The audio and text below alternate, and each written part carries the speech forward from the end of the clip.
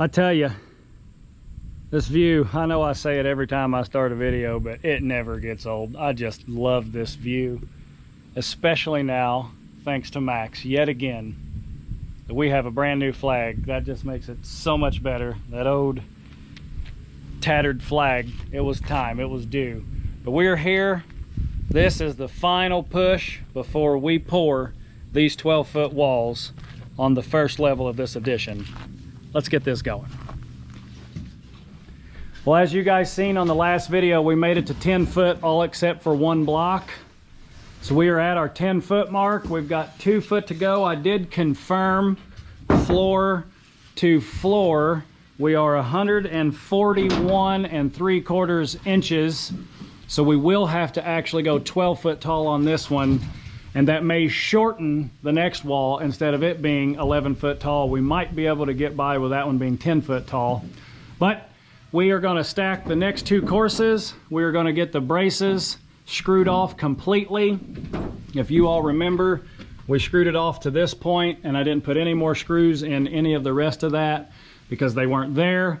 We also have to go borrow some extensions from M&R Excavation, as these braces are for 10 foot tall walls, and he's got extensions that get us up to that 12 foot height. We'll show you how those guys work, but we're going to go ahead. Dad's here, he's helping me today, thankfully. Getting up and down a ladder to get the raw material would suck, and staging it on the walkboard would work, but having a second set of hands is definitely greatly beneficial. So we're going to get the last 2 courses stacked, get everything pinned, get everything in place, go get the extensions that we need, put them on after the fact, run the rest of our strapping. And again, I always want to point this out. This is not typical to have a 2x4 8 foot long on every single row. Typically your braces are there. The reason that these straps are needed is because what I've had to do due to that mason wall leaning in, cutting off that back side. So those loose one side blocks have straps that hold it together, and then the brace controls it. And I'm pretty sure I'm still going to come in here and screw a 2x4 off this way and tapcon some bolts in to ensure that this does not flop around when we pour this thing. And this is the last push. We're going to pour this thing next Friday. Ensure that this thing is done prior to and ready for pour. Might even have DP come out and do a pre-pour inspection, since this is odd. This is not your typical ICF construction, but it does prove the versatility of ICF. So let's get this sucker stacked.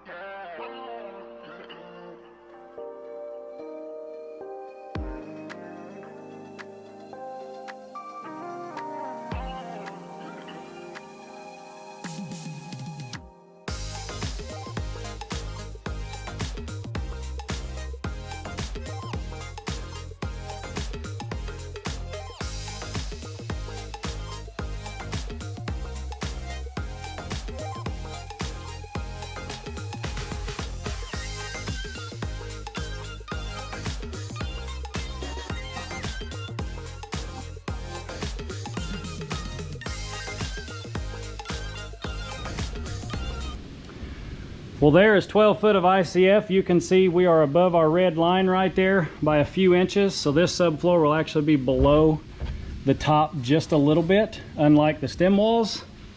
But that's 12 feet stacked out. Now we got to get the rest of our straps in, our extensions on, our straps on our common, foamed off, and probably some boards up here. It's a pretty flimsy end. I know once I put the extension on here, that'll make it better, but I'm a little concerned about those gaps over there. But it is what it is. I'll foam them closed. I just want to make sure that that wall doesn't end up tipping in, falling around, or doing something crazy. So next step is strapping, and I've got to make the executive decision, Dad. Do I raise this walkboard, because 12 feet is right here at my mouth. Okay, so you guys saw when I was on the walkboard up there, running a pump truck hose would really have been horrible at the height I had the braces set originally. What I want to show you guys is the versatility of these plumb wall braces. We had our walkboards all the way around. It was a struggle getting 20 foot 2x12s up there. So I have a 2x4 here holding the walkboard up. We had to, I don't want to call it struggle, but we had extra weight on the very first one, and now every one of them has a gap above it. I want to show you how easy this is, and if it wasn't for plumb wall braces, I don't know if all the other braces out there in the world are this easy or not. Yes, it is very beneficial to have two people, simply because of how high this wall is. But you remember earlier on, I was showing you guys the pins you put in to hold the leg, to hold the crutch, and to hold the actual platform. So all we're going to do is make sure we relieve the pressure, because I did push the walls perfectly level. We want to relieve the pressure.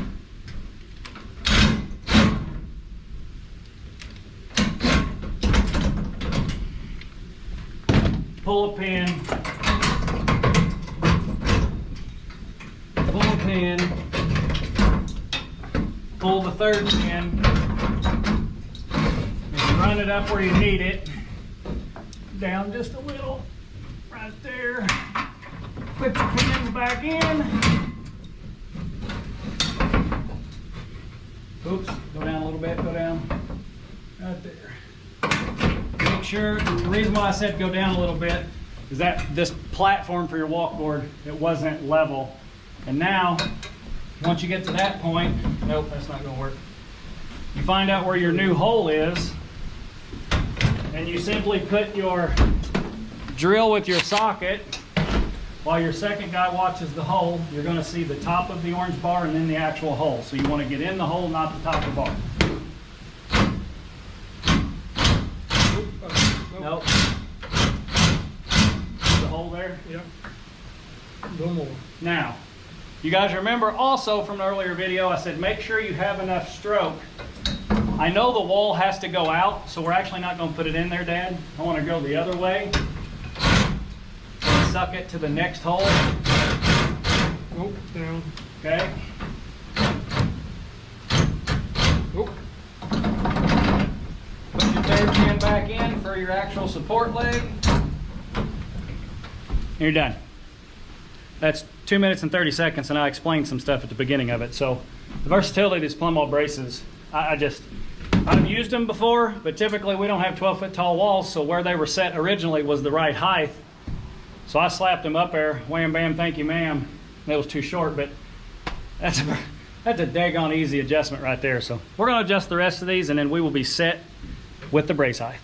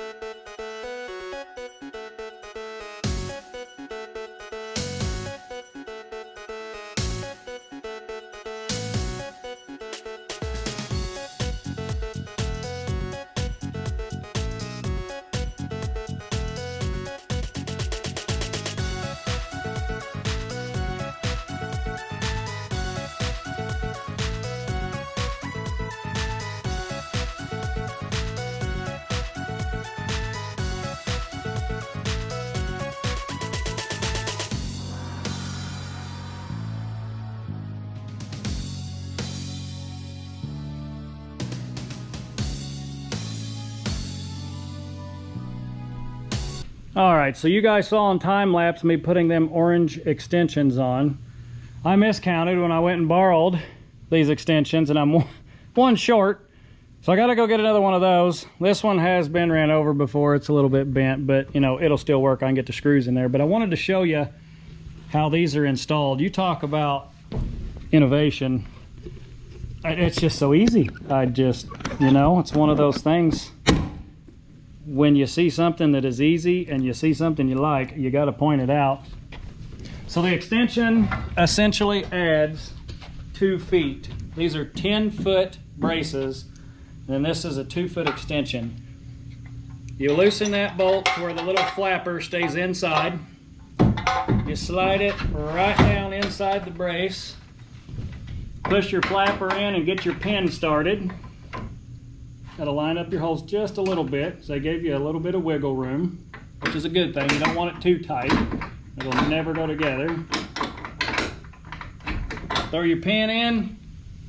Use the exact same barn metal roof screws. That's what I like to call them. They're probably called something specific.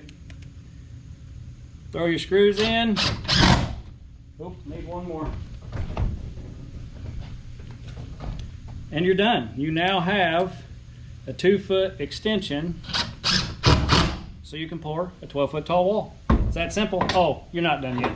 Tighten this bolt up because it does have a lip on the bottom side of the flapper that catches on this pin. And you don't have to have them exceptionally tight. It's just got to be tight enough that it won't pop off of that pin. There you go. Extensions installed. -1 since I forgot it. Well, we are running out of daylight, but we got all of our straps on there to reshore the end of that wall. I do have to get one more extension. Like a dingbat, I counted 14 and I needed 15. Got all this strapping on. We confirmed our 18-foot 2 on the inside, and our strapping for the outside is on. Confirmed our 20 feet for out here. We made it all the way to the top, and when you're stacking on the inside, you can't see the outside. That 2x4 running vertically is normally not needed. But right there at that common, there's obviously a piece of styrofoam or something on the second course that held the second course up. So I pulled down on it and screwed it together to ensure that it was in the right spot. That is unusual. That's not normal. It's just what I had to do because I couldn't see the outside of the wall. And when you're 12 foot up in the air, you can't see that seam very well until you get up there to put your straps on, and that's okay. We got the door strapped off on the inside. What we do have left is foaming all the seams, the common around the door. You guys can see where I overcut that, messed it up. Doesn't matter. I can foam that closed. The block's still locked on that right-hand side. Strap the outside of the door off, foam it, foam up that wall, foam up at the top. I'm still trying to decide if I'm going to put a board right along that edge and tap con it to the cinder block. I'm not for sure. There's a stud pretty close. I don't think it can go anywhere, but if you start thinking, then you start making mistakes. Well, this is the final push. We're pouring tomorrow. Got a few things to wrap up. Obviously, the one extension that I forgot. Get it in place, get it screwed off. We have Dad and Mom here this evening. Another question mark. Am I gonna put a board up through here? It's probably gonna be the smartest decision. So I'm most likely gonna do that. And then also get another board on that ICF there to hold it in place. Let's cross our fingers we can get this thing 100% buttoned up for pour tomorrow. Let's get this going.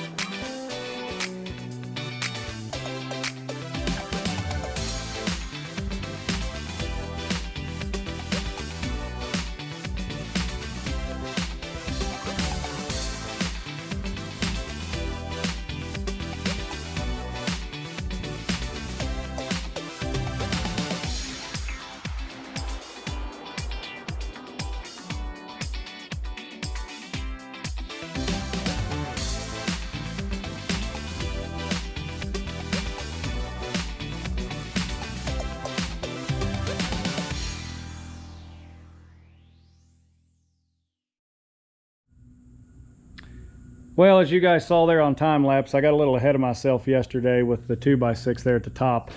I forgot to get my octagon plates in behind that 2x6, so I had to take off those 3 extensions. There are octagon plates in the proper locations behind those 3 braces. We got all the octagon plates in on that side. The next step is to put stiff backs along the outside.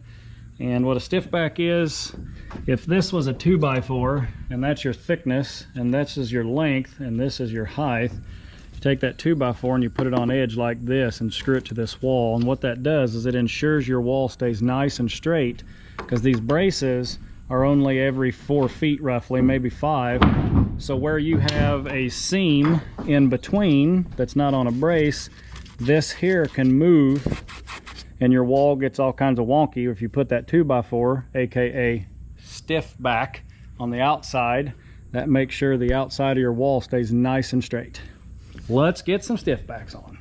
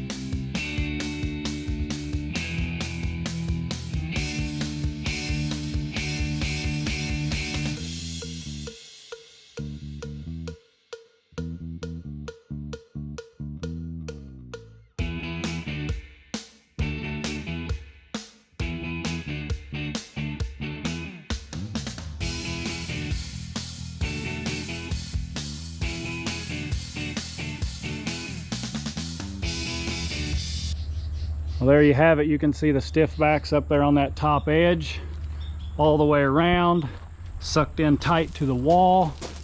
Again, that makes a very nice, clean, straight edge at the top of your wall, so no offsets can happen. Everything is screwed together.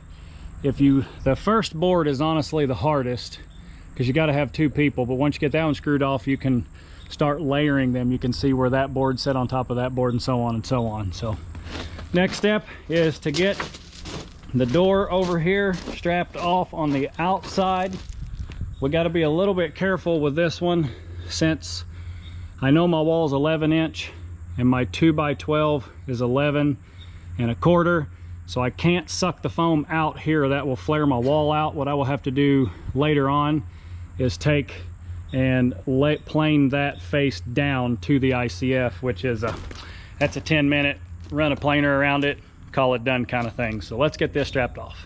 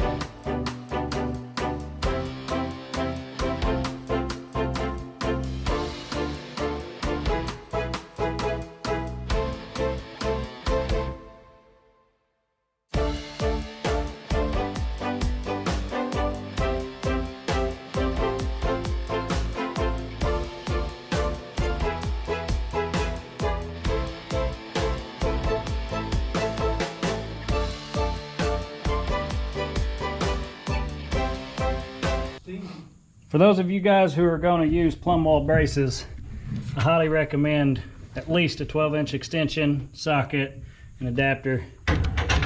Probably 18 inches would be better, but that allows you to make those adjustments nice and easy. So what we did here is we got this wall perfectly plumb, and the next step in the process is to foam it off. I'll show you guys how I fill up a large gap, and then we'll probably foam this without it on time lapse. It is back and forth, back and forth, back and forth. 'cause it does not have to be pretty. It'll get trimmed off later. All you're doing is creating a dam so that concrete can't flow out of there. And then once I get this foamed inside and out, I am going to run me a board down this wall and Tapcon it off to hold that from moving. So we're going to get this foamed, get that one perfectly level over there, get it foamed, and then we'll be back.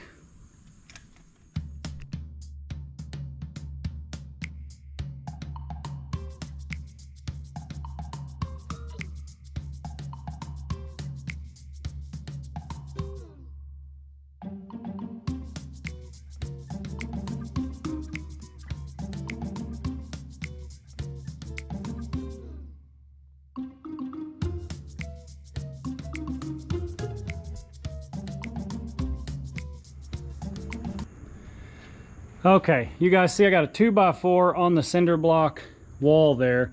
You can see it's touching the block all the way throughout. I'm going to Tapcon that in 3 or 4 spots down through there, so when the concrete pressure starts pushing out on the ICF, it stops at that 2x4. And then I don't need a 2x12 up there, but I got a 22-inch 2x12, and that's 24 inches tall up at the top. I'm going to Tapcon that to the face of the cinder block wall so that that can't kick out. And then the more difficult portion is getting board in here, Tapcon to that wall so that can't kick out. Same thing on that side, same thing on the outside over there.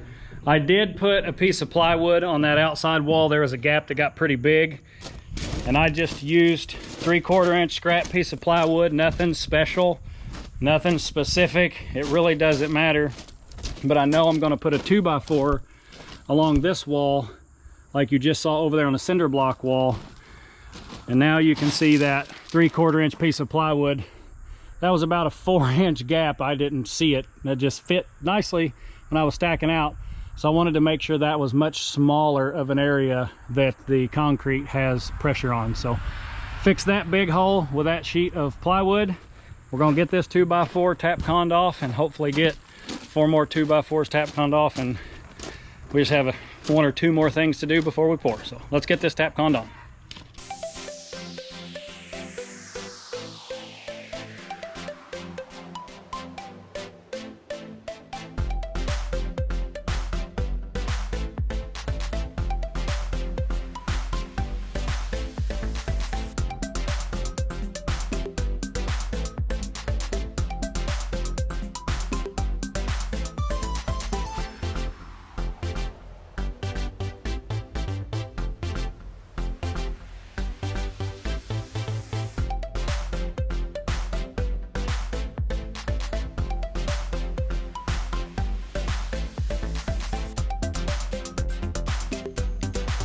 Well, we got most of our 2x4s on. That one there, you guys can tell how much fun that one was. It leans way back, but that Tapconed off exceptionally well, touching the wall throughout. Same thing here on all the 2x4 straps. This one here went exceptionally well. I really like how that one turned out, and we got our 2x12 at the top. This one over here, it is what it is. I think I have some corrections I can make, but the rock is so erratic both directions, I can't get it tight up against the building. So I've got it Tapconed off in 3 places, but this wall is also so erratic this way that you can see that gap there. So what I'm gonna have to do is take some straps like this, put them in behind it, Tapcon the strap to the castle, and then screw the 2x4 to the strap. And once that takes place, come over here and screw a board to the face of the board that's Tapcon to the straps. So let's just say that side over there is getting a little bit more involved with as dark as it is for what I want tonight. So we're gonna finish that in the morning. Got to crutch up the door a little bit, a few odd and in things, nothing major, and we'll be ready to pour. So that concludes today's video. Hopefully you guys enjoyed, and as always, like, comment, subscribe.